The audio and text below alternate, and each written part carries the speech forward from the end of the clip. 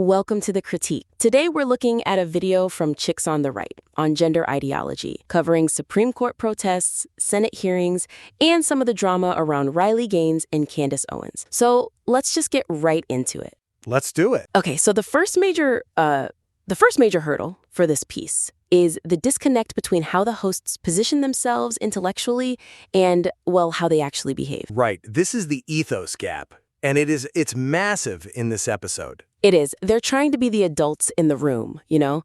They set up this whole framework where their logic and reason and the protesters are just chaos. Which is a fine strategy. I mean, we have facts. They have feeling. It can work. It can, but here's where it just completely falls apart. You can't claim you're the standard for civilized debate, and then in the next breath, use insult from a middle school playground. You're talking about the retarded comment. I am. I mean, they play this clip of a protester making a claim that's, scientifically questionable, and the immediate reaction is to call her retarded. And not just once, they lean into it. And it just kills their credibility instantly. If you're trying to win over someone who's maybe on the fence, persuadable, using a slur like that just shuts them down. Right. It signals you're not actually interested in arguing the point. You're just there for the insult. And it's not even just the language, it's the visual mockery, too. There's this moment where they pause the video just to mock a frozen frame of the protester's face. Oh, I remember that. Yeah. One of them says something like, "Your face froze in the best way possible." It was the greatest, yeah. And what a waste of time. I mean, think about what you have there. You have a clip of a protester saying that hormones give you the bone structure of a woman. Which is just biologically impossible. Exactly. The clip itself is gold. It disproves itself. This person is showing a complete misunderstanding of basic biology. So as the commentator, the strongest thing you can do is just let it hang in the air. Let the silence do the work. Let the silence do the work by freezing the frame to make fun of her face. You're dragging the whole conversation down to appearances. You're becoming the thing you're criticizing. Yeah, you're mirroring the same chaotic behavior, calling them uneducated while using, frankly, uneducated debate tactics. Precisely. So the concrete advice here is just show, don't tell. You don't need to tell your audience the protester is wrong or stupid. The clip does that for you. When you add the insults, you just look insecure. This whole tone and ethos thing, it gets even more serious later on. I'm thinking about the segment on the Canadian inmate. This is where the rhetoric goes from just juvenile to genuinely jarring. The wood chipper comment. Yes. They're discussing this horrific case, a violent biological male in a women's prison unit. It's a dark topic. It's about protecting women. And the host's reaction is, that individual needs to be in a wood chipper. And that's a critical error in tone. The whole premise of their argument is safety.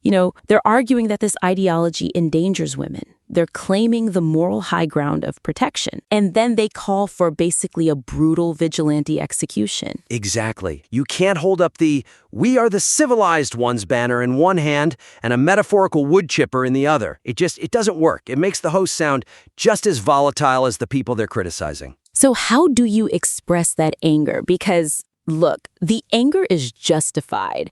How do you do that without losing that high ground? You have to channel it. You channel the rage into a legal or a moral argument. Instead of the violent image, use stern, authoritative language. Say something like, "This person has forfeited their right to participate in a free society." That hits just as hard. It hits harder because it sounds like policy. It sounds like a judge, not a mob. It keeps that adults in the room frame perfectly intact. Okay, let's move to the second critique. We need to talk about structural flow, specifically the pacing and the placement of the commercials. Ah, the one skin debacle. It really took me out of it. I mean, we are deep into this Senate hearing. Josh Hawley is grilling Dr. Verma on whether men can get pregnant. It's framed as this high-stakes cultural battle. The tension is super high in that moment. And then, with almost no pause, we get, it is also irresponsible to not take care of your skin. And just like that, we're talking about peptides and wrinkles? It's this content sandwich problem. You've got high-stakes political drama, then a slice of face cream, and then you're right back to high-stakes political drama with Justice Ketanji Brown Jackson. And it trivializes the subject matter. When you use a bridge like speaking of irresponsible to get from a doctor denying biology to a skincare ad, you're kind of saying these two things are equally important. It tells the listener, look, don't worry, this isn't that serious. It's just content. Right. And I get it. You need ads. But the placement here is just self-sabotage. So what's the fix? They probably have to keep the ad in there. You have to use signposting or segment blocking. Right now, they split the institutional failure theme in half. You get the Senate clip, then the ad, then the Supreme Court clip. It just kills all the momentum. Completely. The stronger choice, structurally, is to group those clips. Play the Hawley and Verma clip, talk about it, then immediately say, and it's not just the Senate, look at the Supreme Court, then play the Justice Jackson clip. You build the case. You build the case until the tension is at its absolute peak. Then you summarize it. You say, this is the state of our leadership. They can't define what a woman is. And you let that sink in. And then you take the break. Then you take a hard break. You don't try to be clever about it. You just say, we're going to step away from this for a second to talk about something that actually makes sense. You acknowledge the shift. That respects the listeners', their emotional states. Yes, you can't ask someone to be outraged about medical ethics and excited about body lotion in the same sentence. You have to give them a breath. That actually leads perfectly into our third point, which is about the hierarchy of the content itself. The episode, it struggles to distinguish between what's a substantial policy critique and what's more like inside baseball drama. This is that classic distinction between the forest and the weeds. Yes. The forest is the theme. Supreme Court chaos, safety for women. They have this incredibly powerful story about Riley Gaines needing a bulletproof blanket for her baby because the threats are that bad. That is a terrifying image. It really highlights the physical danger here. That's your A-block material. It's the lead. But then they completely derail that serious narrative to focus on a Twitter fight between Candace Owens and a woman named Gina Bontempo. And this is where they lose the plot. You go from women need bulletproof protection to reading mean tweets about who is babysitting Candace Owens' kids. It feels so petty in comparison. They spend minutes talking about her childcare, making jokes about ancient Sumerian fortune-telling in X-Men schools. It's just a massive quality drop. The listener is there for commentary on the state of the nation, and suddenly it's just gossip. It feels like you walked out of a lecture hall and into a high school cafeteria. And it alienates anyone who isn't, terminally online.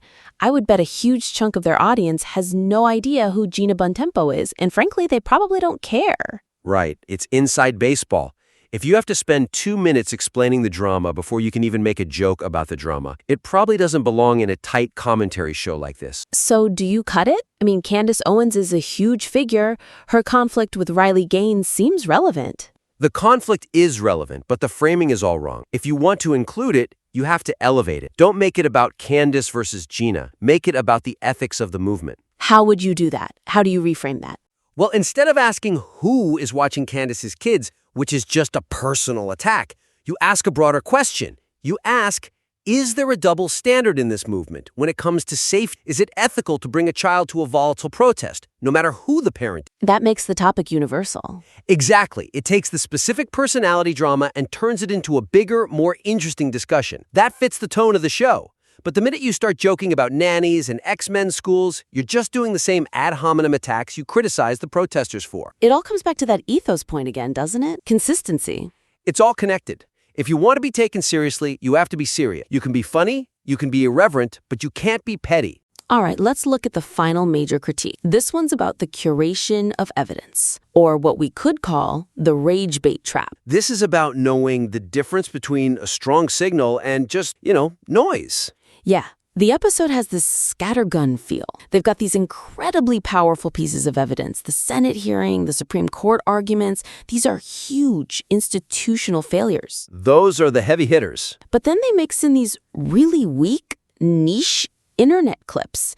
They spend time on a tweet from some random user about changing the word partner to me or PTM. And PFN, person for now. Right. It's just internet gibberish. It's one random person on Twitter saying something silly. Why is that in the same piece as a Supreme Court justice? That is the question. When you put a random tweet next to a Senate hearing, you're not elevating the tweet. You're actually lowering the significance of the Senate hearing. You're flattening everything into just look at all this crazy stuff. It feels like rage bait, like they're just scrolling a timeline looking for things to get mad at instead of actually building a cohesive argument. It also kind of suggests they don't have enough confidence in their main material. Like the Dr. Verma clip isn't strong enough on its own, so they have to pile on this partner to me stuff to prove the world's gone crazy. But the Dr. Verma clip is enough. It's terrifyingly effective all on its own. And then you have the issue of the older clips. They literally say, I've got a couple of older clips to show you, and they pull up a Piers Morgan interview about Peppa Pig. This drove me nuts. The intro promised Supreme Court chaos. We're in a breaking news cycle. Why are we digging through the archives for a Piers Morgan clip that's been around for years? It just dilutes the urgency. Completely. If you tell me we're talking about the crisis of today, and then you show me a clip from 2 years ago, I start to check out. It feels like filler. It feels like you ran out of things to say about the actual news. So the actionable advice is really just tighten the curation. Be ruthless about it. If it's not from the current news cycle and it's not a major institutional figure, just cut it. So the partner to me tweet? Gone. It's noise. The Piers Morgan clip? Gone. It's stale. And then what are you left with? You're left with a tight, focused, 20-minute piece that hits like a hammer. You have the Senate, the Supreme Court, and the specific, real threats against Riley Gaines. That is a cohesive narrative about government failure and public safety. It becomes much more authoritative. It commands respect. It tells the listener we aren't just reacting to the internet, we are analyzing the collapse of our institution. And that is a much bigger, more important value proposition. Okay, let's bring this all together. We've covered 4 main areas where this piece can go from a pretty standard reaction video to a really high-level piece of commentary. And none of this requires new filming. It's all in the edit, it's all in the approach. First, that issue of rhetorical consistency. The advice is to cut out the slurs, cut out the playground insults. Stop using the R word. Stop mocking someone's frozen face on a video. It just undermines your position as the rational side. Let the clips of the protesters speak for themselves. Their own words are the most damaging evidence you have. Second, structure and the commercials. Don't sandwich an ad between 2 identical points. Right. Group the institutional failure clips together, Senate and Supreme Court. Build that tension, summarize why it's so important, and then take a hard break for the ad. Don't try for a clever segue. It just trivializes the politics. Third was content hierarchy. You have to distinguish between policy and gossip. The Candace Owens feud is a distraction. It's inside baseball. Either cut it to keep the focus on Riley Gaines' safety, or reframe it as a serious ethical debate, but get rid of the personal jabs. And finally, curation. Stop the scattergun approach. Cut the random tweets and the old Piers Morgan clips. They just dilute the impact of the powerful stuff you already have. Trust your primary evidence. Quality over quantity. It's about respecting the listener's time and their intelligence. They came for the Supreme Court, not for a random tweet from Rat Limit. Exactly. Give them the steak, not the filler. This piece has so much potential because the source material itself, the hearings, the protests, it's so explosive. With just these structural tweaks, the hosts can really position themselves as serious cultural critics, not just reactors. I would love to see a recut version of this. It would be night and day. We encourage the listener to take these notes, refine the structure, and please submit the work again. We want to see this show hit its full potential. Absolutely. The raw material is there, just needs a sharper edit. And that does it for this edition of The Critique. We'll see you next time.